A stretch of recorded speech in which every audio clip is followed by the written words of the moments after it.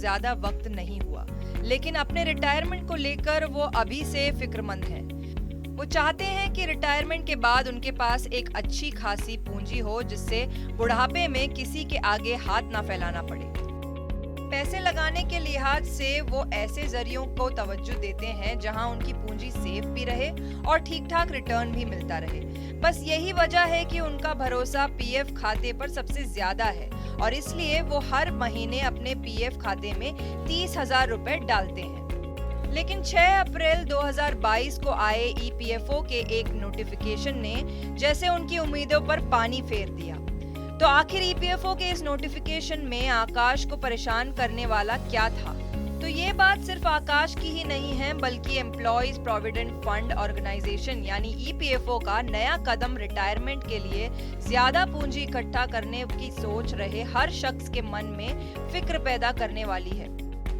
तमाम लोग पीएफ में कंपनी की तरफ से जाने वाली अनिवार्य योगदान के साथ ही वीपीएफ यानी वॉलंटरी प्रोविडेंट फंड के जरिए अपना ज्यादा कंट्रीब्यूशन देते हैं। वजह वही है कि रिटायरमेंट के लिए एक अच्छी पूंजी तैयार की जा सके। दूसरा, मोटी सैलरी वालों का भी पीएफ योगदान 2.5 लाख की सालाना सीमा से ऊपर निकल जाता है।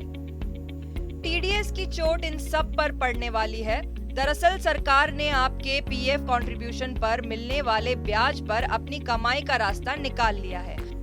आकाश सोच रहे हैं कि महंगाई के दौर में बस इसी चीज की कमी रह गई थी।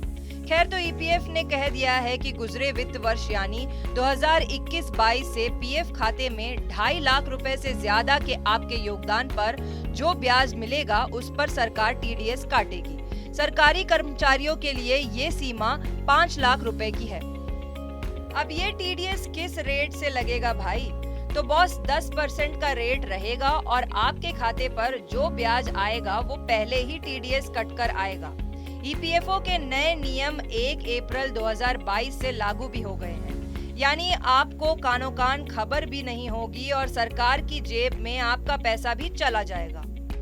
फिक्र का सबब सिर्फ इतना ही नहीं है। मान लीजिए कि किसी एम्प्लॉय की मौत हो जाती है तो भी ब्याज टीडीएस कट कर ही मिलेगा, यानी ऐसे एम्प्लॉयज के परिवार वालों के लिए भी मुश्किल काम है। और सुन लीजिए, अगर आपका पैन भी अभी तक ईपीएफ खाते से लिंक नहीं है तो ब्याज पर लगने वाला टीडीएस 2 गुना हो जाएगा, यानी पूरे 20% टैक्स देना पड़ेगा।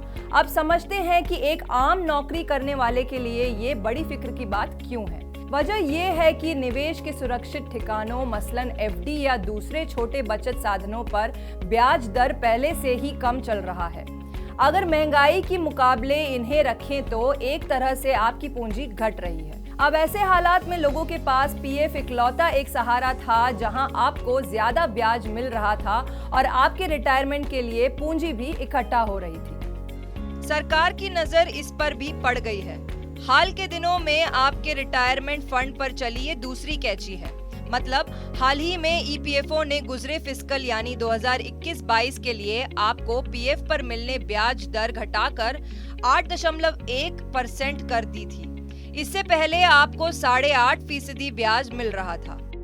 ऐसा तब है जबकि ईपीएफओ के पास हर महीने मोटी पूंजी कंट्रीब्यूशन के तौर पर आती है और इस फंड से ईपीएफओ जबरदस्त कमाई भी करता है। खैर, अब आकाश और तमाम दूसरे लोग सोचेंगे कि आखिर सरकार की मंशा क्या है, मतलब सरकार चाहती क्या है। तो भाई बात यूं है कि पहला मकसद तो अपनी जेब भरने का है। इससे भी बड़ी चीज जो दिखाई देती है वो ये है कि सरकार चाहती है कि आप सुरक्षित निवेश के दायरे से बाहर निकलकर बाजार और म्यूचुअल फंड्स में पैसा लगाएं। अब वही मिलेगा ना आपको महंगाई के मुकाबले ज्यादा रिटर्न। हाँ, ये बात दीगर है कि आपका पूरा पैसा डूब भी सकता है। अब आपका पैसा डूब जाए या बाजार की आपको रत्ती भर भी जानकारी ना हो, उससे सरकार को क्या। खैर, जानकारों के मुताबिक सरकार ये भी चाहती है कि आप अपना पैसा पीएफ के बजाय एनपीएस में भी लगाएं और रिटायरमेंट के लिए इसका सहारा लें, यानी सरकार आपको पीएफ के बजाय एनपीएस पर शिफ्ट करना चाहती है। Personal finance expert Jitendra Solanki भी इस बात से इत्तेफाक रखते हैं। वे कहते हैं कि जाहिर है आने वाले वक्त में आपका पीएफ खाता उतना कमाऊ नहीं रह जाएगा। असर ये होगा कि सैलरी स्ट्रक्चर में भी बदलाव होगा और लोग शेयरों और म्यूचुअल फंड में पैसा लगाने को भी मजबूर होंगे। सरकार की मंशा लोगों को एनपीएस पर भी शिफ्ट करने की भी दिखाई देती है। अब आकाश सोच रहे हैं कि आखिर वो हर महीने 30,000 रुपए पीएफ में योगदान देते हैं तो उन पर टीडीएस कितना लगेगा। सवाल सही है तो चलिए समझ लेते हैं इस टीडीएस का कैलकुलेशन। आकाश का ही केस ले लेते हैं। 2021-22 में आकाश ने कुल 3,60,000 रुपए पीएफ में जमा किए। अब इस रकम में से 2.5 लाख रुपए पर कोई टैक्स नहीं लगेगा, तो टैक्सेबल रकम हुई 1,10,000 रुपए। अब 2.5 लाख रुपए पर 8.1% ब्याज दर के हिसाब से आकाश को मिलेगा करीब 14,000 रुपए, यानी इस ब्याज पर आकाश को कोई टीडीएस नहीं देना है। अब बचे 1,10,000 रुपए। इस पर आकाश को मिलेगा 1,755 रुपए का ब्याज। इस पर 10% टीडीएस आकाश को चुकाना होगा, यानी ये रकम बैठेगी 176 रुपए। तो कुल मिलाकर बात ये है कि सरकार की नजर आपके पीएफ खाते पर पड़ गई है और आपकी बचत से सरकार की कमाई का रास्ता साफ हो गया है। मनी 9 की सलाह, ईपीएफ पर ब्याज टैक्सेबल हो गया है। ऐसे में बेहतर होगा कि आप टैक्सेबल ईपीएफ वाले हिस्से को डेट म्यूचुअल फंड्स में लगाएं। इनमें आपको अच्छा रिटर्न भी मिलेगा और ये टैक्स के लिहाज से भी फायदेमंद होते हैं।